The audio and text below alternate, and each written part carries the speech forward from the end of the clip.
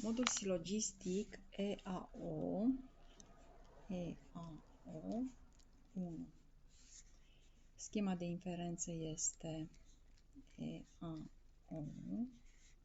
Dacă este 1, așezăm M conform figurii 1, predicat în premisa majoră, subiect în premisa minoră, iar la concluzie subiect și predicat.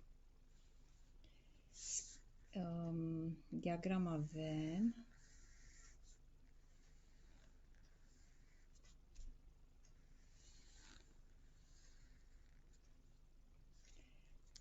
Termenul mediu, predicatul și subiectul.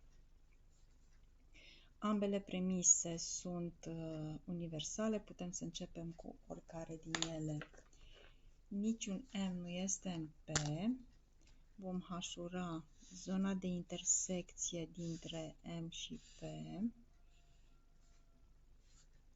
Toți S sunt în M. Vom hașura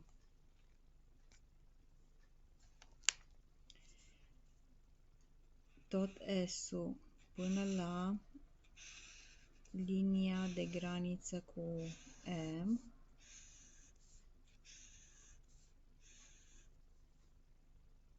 Iar pentru că avem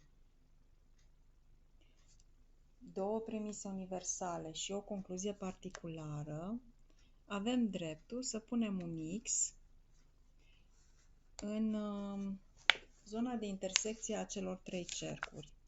Zona de intersecție a celor trei cercuri este aceasta. Este hașurată și, așa cum am mai spus, nu avem voie să așezăm un X dacă secțiunea respectivă este hașurată. Prin urmare, vom așeza X-ul aici.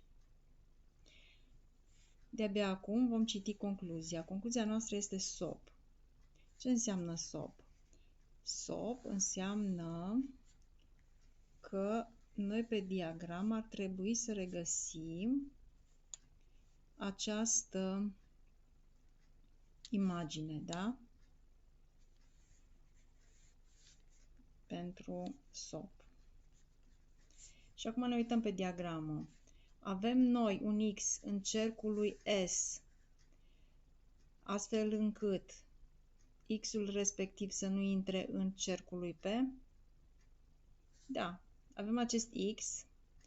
Dacă analizăm cercul lui S, este doar în S, nu intră și în P. Prin urmare, această formulă este respectată, iar modul silogistic EAO1 este valid. Da?